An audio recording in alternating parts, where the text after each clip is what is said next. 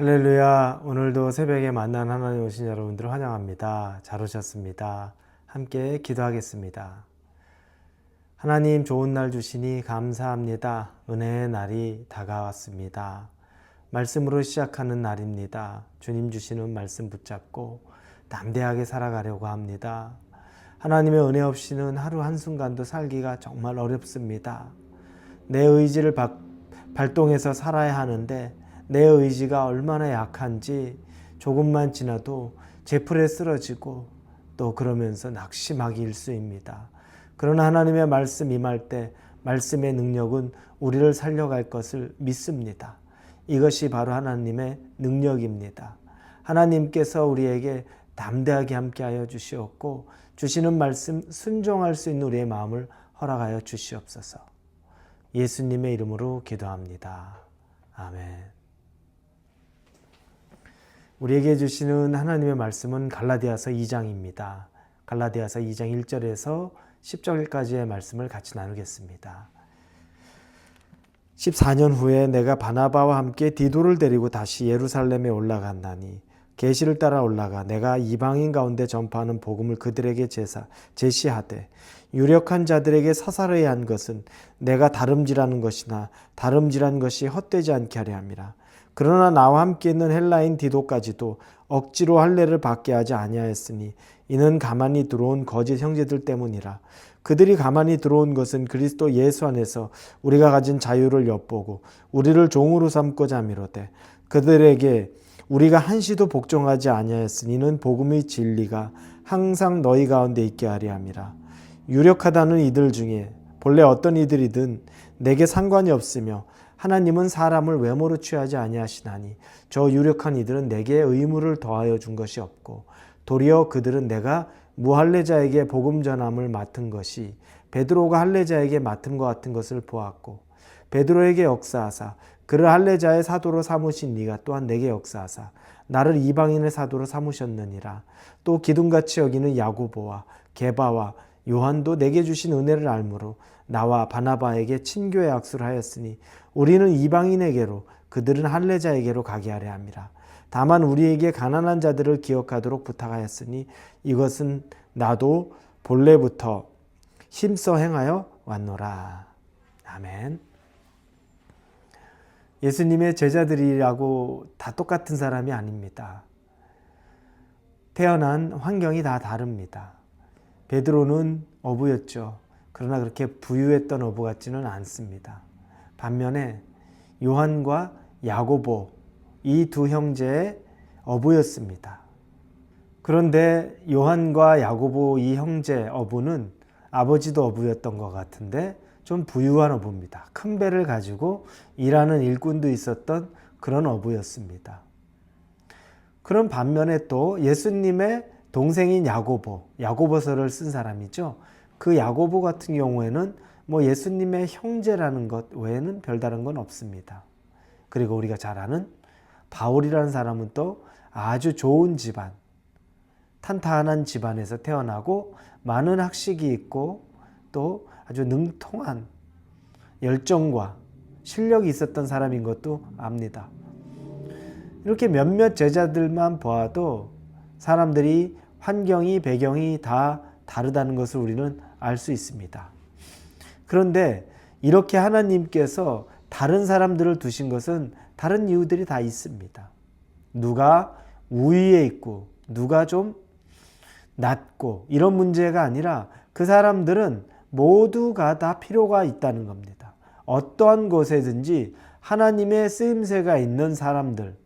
그래서 어떤 환경에도 부족하고 덜하고 더하고가 없는 사람이라는 겁니다.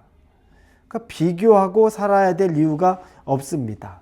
가난한 어부라고 해서 위축될 것 없고 공부 많이 하고 똑똑한 율법 학자라고 해서 자랑할 것 없다는 거죠.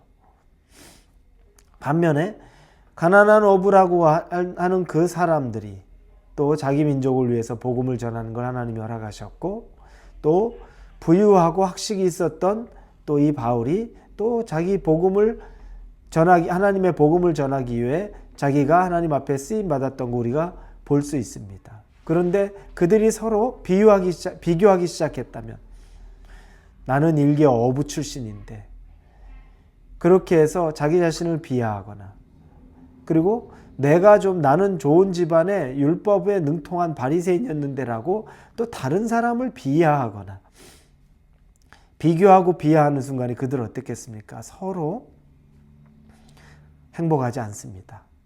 불행한 겁니다. 우리의 불행은 사실은 다른 사람의 삶과 나를 비교할 때 굉장히 많이 찾아옵니다. 내게 주신 것, 내가 지금 가지고 있는 것 가지고만 살 때는 그래도 뭐 꾸역꾸역 사는 것 같아도 감사가 있는데, 순식간에 내 옆에 다른 사람의 삶, 나와는 전혀 다른 사람의 삶을 보게 되는 순간에 마음이 편치 않고 괴롭습니다. 비교하면 그렇습니다. 그런데 여러분, 그게 불행의 시작이죠. 오늘 본문의 9절에 보면, 또 기둥같이 여기는 야고보와 게바와 요한도 내게 주신 은혜를 알므로 나와 바나바에게 친교의 악수를 하였으니 우리는 이방인에게로, 그들은 할례자에게로 가게 하려 합니다. 베드로는 할례자, 즉 유대인들, 자기 민족, 자기 백성에게 복음을 전하는 자가 되었고, 그리고 바울은 이방인에게로 가서 복음을 전하는 자가 되었습니다. 바울이 왜 내가 출신이 나도 유대인인데 왜 나는 그 멀리 더 험한 이방으로 가서 내가 복음 전해야 하나? 그리고 베드로가 왜 나는 정말 다른 나라에 가서, 다른 곳에 가서 복음을 전하고 싶은데 왜 이렇게 압박도 심하고 핍박이 심한 이 예루살렘을 중심으로 하는 이 유대 땅에서 내가 꼭 복음을 전해야 되나? 서로 이런 느낌을 가질 수 있습니다. 그리고 서로가 서로를 또 부러워할 수도 있습니다. 여러분, 그건 부러워하거나 또 그것 때문에 내가 괴로워할 이유가 아무것도 없는 겁니다. 그들은 자신에게 준 것에 감사합니다. 10절에 보니까 다만 우리에게 가난한 자들을 기억하도록 부탁하였으니 이것은 나도 본래부터 힘써 행하여 왔노라. 복음과 구제를 위해서 부름받은 것, 그 목적 하나입니다. 너의 쓰임새, 나의 쓰임새가 다르다는 겁니다. 큰 교회가 있고 작은 교회가 있고,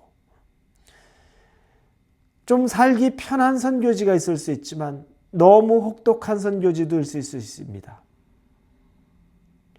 이런 것들, 그런데 왜 나는 여기, 왜 저 사람은 저기, 이런 관점이 전혀 아니라는 거죠. 복음이나 구제를 향한 마음에서는 하나님이 나를 이곳으로 위해 부른 사람이다라는 그 마음으로 살아가는 겁니다.